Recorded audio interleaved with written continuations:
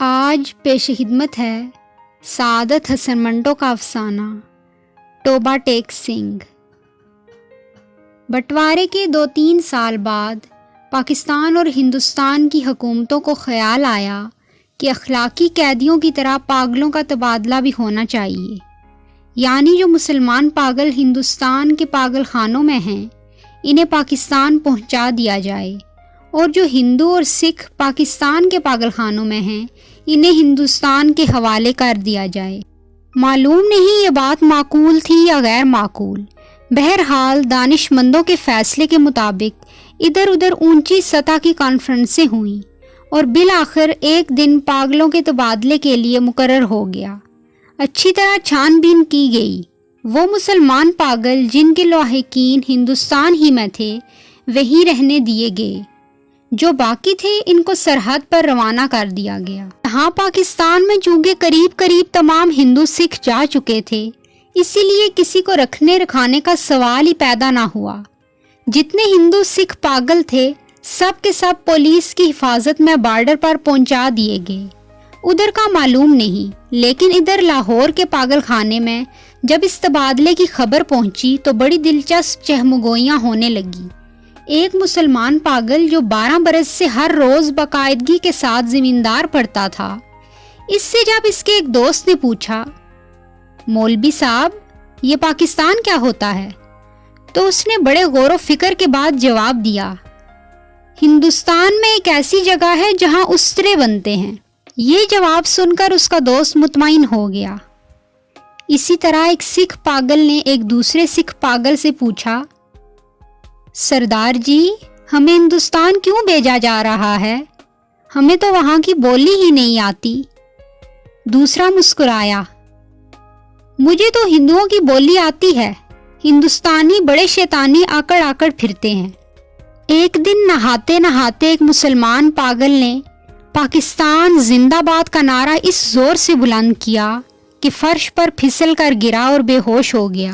بعض پاگل ایسے بھی تھے جو پاگل نہیں تھے، ان میں اکثریت ایسے قاتلوں کی تھی جن کے رشتہ داروں نے افسروں کو دے دلا کر پاگل خانے بھجوا دیا تھا کہ پھانسی کے پھندے سے بچ جائیں۔ یہ کچھ سمجھتے تھے کہ ہندوستان کیوں تقسیم ہوا ہے اور یہ پاکستان کیا ہے، لیکن صحیح واقعات سے یہ بھی بے خبر تھے۔ اخباروں سے کچھ پتہ نہیں چلتا تھا اور پہرادار سپاہی ان پڑھ اور جاہل تھے، ان کی گفتگو سے بھی کوئی نتیجہ برآمد نہیں کر سکتے تھے۔ ان کو صرف اتنا معلوم تھا کہ ایک آدمی محمد علی جناح ہے جس کو قائد اعظم کہتے ہیں، اس نے مسلمانوں کے لیے ایک علیحدہ ملک بنایا ہے جس کا نام پاکستان ہے۔ یہ کہاں ہے، اس کا محل وقوع کیا ہے، اس کے متعلق وہ کچھ نہیں جانتے تھے۔ یہی وجہ ہے کہ پاگل خانے میں وہ سب پاگل جن کا دماغ پوری طرح معاف نہیں ہوا تھا اس مخمصے میں گرفتار تھے کہ وہ پاکستان میں ہیں یا ہندوستان میں۔ اگر ہندوستان میں ہیں تو پاکستان کہاں ہے؟ اگر وہ پاکستان میں ہیں تو یہ کیسے ہو سکتا ہے کہ وہ کچھ عرصہ پہلے یہیں رہتے ہوئے بھی ہندوستان میں تھے؟ ایک پاگل تو پاکستان اور ہندوستان اور پاکستان کے چکر میں کچھ ایسا گرفتار ہوا کہ اور زیادہ پاگل ہو گیا۔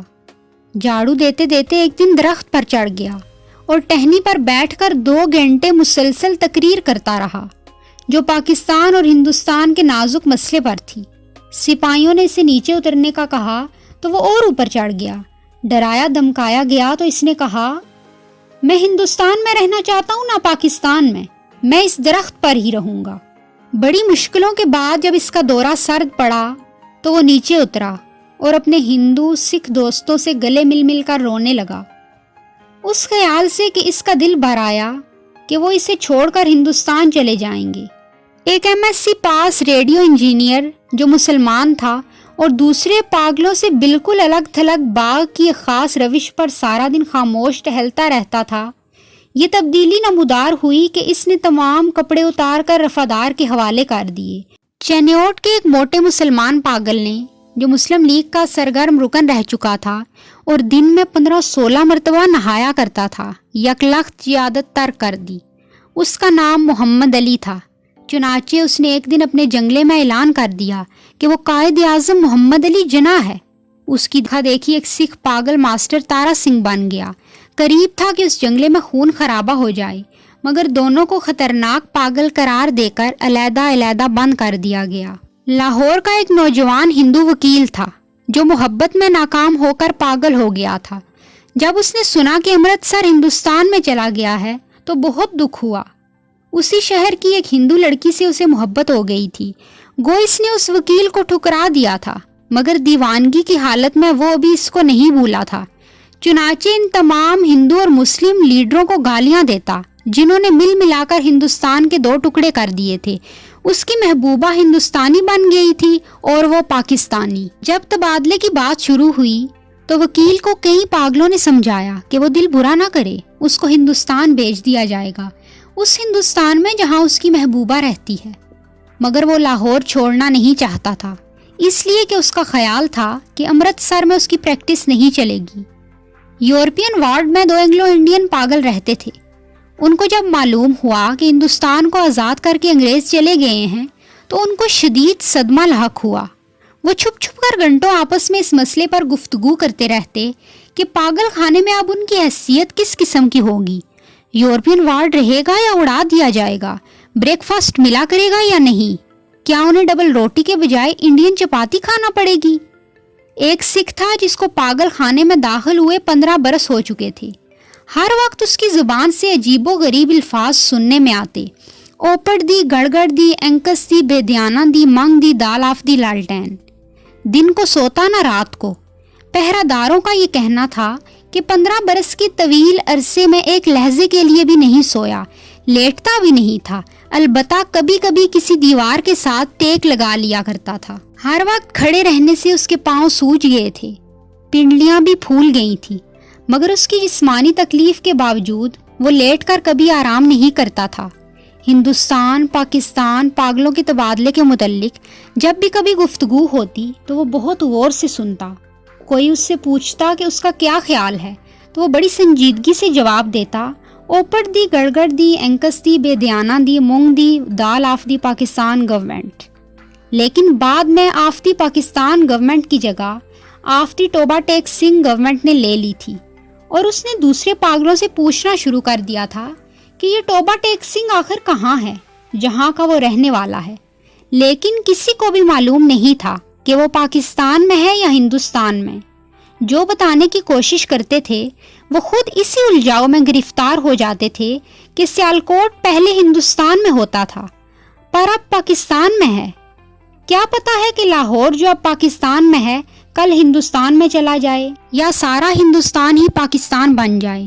اور یہ بھی کون سینے پر ہاتھ رکھ کر کہہ سکتا تھا کہ ہندوستان اور پاکستان دونوں کسی دن سرے سے ہی غائب ہو جائیں۔ یہ سکھ پاگل چونکہ بہت کم نہاتا تھا، اس لیے اس کے داڑھی اور سر کے بال آپس میں جم گئے تھے، جن کے باعث اس کی شکل بڑی بھیانک ہو گئی تھی، مگر آدمی بے ضرر تھا۔ 15 برسوں میں اس نے کبھی کسی سے جھگڑا فساد نہیں کیا تھا۔ پاگل خانے کے جو پرانے ملازم تھے وہ اس کے متعلق اتنا جانتے تھے کہ ٹوبہ ٹیک سنگھ میں اس کی کئی زمینیں ہیں۔ اچھا کھاتا پیتا زمیندار تھا کہ اچانک دماغ خراب ہو گیا۔ اس کے رشتہ دار لوہے کی موٹی موٹی زنجیروں میں باندھ کر اسے لے آئے تھے اور پاگل خانے میں داخل کرا دیا تھا۔ مہینے میں ایک بار ملاقات کے لیے یہ لوگ آتے تھے اور اس کی خیر خیریت دریافت کر کے چلے جاتے تھے۔ ایک مدت تک یہ سلسلہ جاری رہا، پر جب پاکستان اور ہندوستان کی گڑبڑ شروع ہوئی تو ان کا آنا جانا بند ہو گیا۔ اس کا نام بشن سنگھ تھا، مگر سب اسے ٹوبہ ٹیک سنگھ کہتے تھے۔ اس کو قطعاً معلوم نہیں تھا کہ دن کون سا ہے، مہینہ کون سا ہے، یا کتنے سال بیت چکے ہیں۔ لیکن ہر مہینے جب اس کے عزیز و اقارب اس سے ملنے کے لیے آتے تو اسے خود بخود پتہ چل جاتا اور وہ دفعہ سے کہہ دیتا کہ اس کی ملاقات آ رہی ہے۔ اس دن وہ اچھی طرح نہاتا، بدن پر خوب صابن لگاتا، سر میں تیل لگا کر کنگھا کرتا، اپنے کپڑے جو وہ کبھی استعمال ہی نہیں کرتا تھا نکلوا کر پہنتا، اور یوں سج دج کر ان سے ملنے جاتا اور واپس آ جاتا۔ وہ اس سے کچھ پوچھتے تو خاموش رہتا، یا کبھی کبھار اوپڑ دی، گڑگڑ دی، اینکس دی، بے دیانہ دی، مونگ دی، دال آف دی لالٹین کہہ دیتا۔ اس کی ایک لڑکی تھی جو ہر مہینے ایک انگلی بڑھتی بڑھتی 15 برسوں میں جوان ہو گئی تھی۔ بشن سنگھ اس کو پہچانتا ہی نہیں تھا۔ وہ بچی تھی جب بھی اپنے باپ کو دیکھ دیکھ کر روتی تھی. جوان ہوئی، پاکستان اور ہندوستان کا قصہ شروع ہوا تو اس نے دوسرے پاگلوں سے پوچھنا شروع کیا، یہ ٹوبہ ٹیک سنگھ کہاں ہے؟ جب اطمینان بخش جواب نہ ملا تو اس کی کریت دن بدن بڑھتی گئی. اب ملاقات بھی نہیں آتی تھی. پہلے تو اسے اپنے آپ پتہ چل جاتا تھا کہ ملنے والے آ رہے ہیں، پر اب جیسے اس کے دل کی آواز بھی بند ہو گئی تھی جو اسے ان کی آمد کی خبر دے دیا کرتی تھی. اس کی بڑی خواہش تھی کہ وہ لوگ آئیں جو اس سے ہمدردی کا اظہار کرتے ہیں اور اس کے لیے پھل، مٹھائیاں اور کپڑے لاتے ہیں. وہ اگر ان سے پوچھتا کہ ٹوبہ ٹیک سنگھ کہاں ہے تو یقیناً وہ اسے بتا دیتے کہ پاکستان میں ہے یا ہندوستان میں، کیونکہ اس کا خیال تھا کہ وہ ٹوبہ ٹیک سنگھ سے ہی آتے ہیں جہاں اس کی زمینیں ہیں. پاگل خانے میں ایک ایسا بھی پاگل تھا جو خود کو خدا سمجھتا تھا. اس سے جب ایک روز بشن سنگھ نے پوچھا کہ ٹوبہ ٹیک سنگھ پاکستان میں ہے یا ہندوستان میں، تو اس نے حسب عادت کہکا لگایا اور کہنے لگا، وہ پاکستان میں ہے نہ ہندوستان میں، اس لیے کہ ہم نے ابھی تک حکم ہی نہیں دیا. بشن سنگھ نے اس خدا سے کئی مرتبہ بڑی منت سماجت سے کہا کہ وہ حکم دے دے تاکہ جھنجٹ ہی ختم ہو، مگر وہ بہت مصروف تھا، اس لیے کہ اسے اور بھی بے شمار حکم دینے تھے. ایک دن تنگ آ کر وہ اس پر برس پڑا، اوپر دی گڑگڑ دی انکس دی بے دیانہ دی منگ دی دال of the Y grow G and وائے گرو جی دی فتح. اس کا شاید یہ مطلب تھا کہ تم مسلمانوں کے خدا ہو، سکھوں کے خدا ہوتے تو ضرور میری سنتے. تبادلے سے کچھ دن پہلے ٹوبہ ٹیک سنگھ کا ایک مسلمان جو اس کا دوست تھا ملاقات کے لیے آیا. وہ کبھی نہیں آیا تھا. جب بشن سنگھ نے اسے دیکھا تو ایک طرف ہٹ گیا اور واپس جانے لگا، مگر سپاہیوں نے اسے روکا. یہ تم سے ملنے آیا ہے، تمہارا دوست فضل دین ہے. بشن سنگھ نے فضل دین کو ایک نظر دیکھا اور کچھ بڑبڑانے لگا. فضل دین نے آگے بڑھ کر اس کے کندھے پر ہاتھ رکھا اور کہا، میں بہت دنوں سے سوچ رہا تھا کہ تم سے ملوں، لیکن فرصت ہی نہ ملی. تمہارے سب آدمی خیریت سے ہندوستان چلے گئے تھے. مجھ سے جتنی مدد ہو سکی میں نے کی. تمہاری بیٹی بھی ٹھیک ٹھاک ہے، انہی کے ساتھ چلی گئی تھی. بشن سنگھ خاموش رہا. فضل دین نے کہنا شروع کیا، انہوں نے مجھ سے کہا تھا کہ تمہاری خیریت پوچھتا رہوں. اب میں نے سنا ہے کہ تم ہندوستان جا رہے ہو. بائی بلبیسر سے کہنا فضل دین راضی خوشی ہے. وہ بوری بھینس جو وہ چھوڑ کر گئے تھے ان میں سے ایک نے کٹا دیا ہے، دوسری کے کٹی ہوئی تھی، پر وہ 6 دن کی ہو کے مر گئی. اور میرے لائق جو بھی خدمت ہو کہنا میں ہر وقت تیار ہوں، اور یہ تمہارے لیے تھوڑے سے مرنڈے لایا ہوں. بشن سنگھ نے مرنڈوں کی پوٹلی لے کر پاس کھڑے سپاہی کے حوالے کر دی اور فضل دین سے پوچھا، ٹوبہ ٹیک سنگھ کہاں ہے؟ فضل دین نے قدرے حیرت سے کہا، کہاں ہے؟ وہیں جہاں تھا. بشن سنگھ نے پھر پوچھا، پاکستان میں ہے یا ہندوستان میں؟ ہندوستان میں نہیں پاکستان میں ہے. فضل دین بوکھلا سا گیا. بشن سنگھ بڑبڑاتا ہوا چلا گیا، اوپر دی گڑگڑ دی انکس دی بے دیانہ دی منگ دی دال of the Pakistan and Hindustan of the در فٹے منہ. تبادلہ کی تیاریاں مکمل ہو چکی تھی. ادھر سے ادھر اور ادھر سے ادھر آنے والے پاگلوں کی فہرستیں پہنچ چکی تھیں اور تبادلے کا دن بھی مقرر ہو چکا تھا.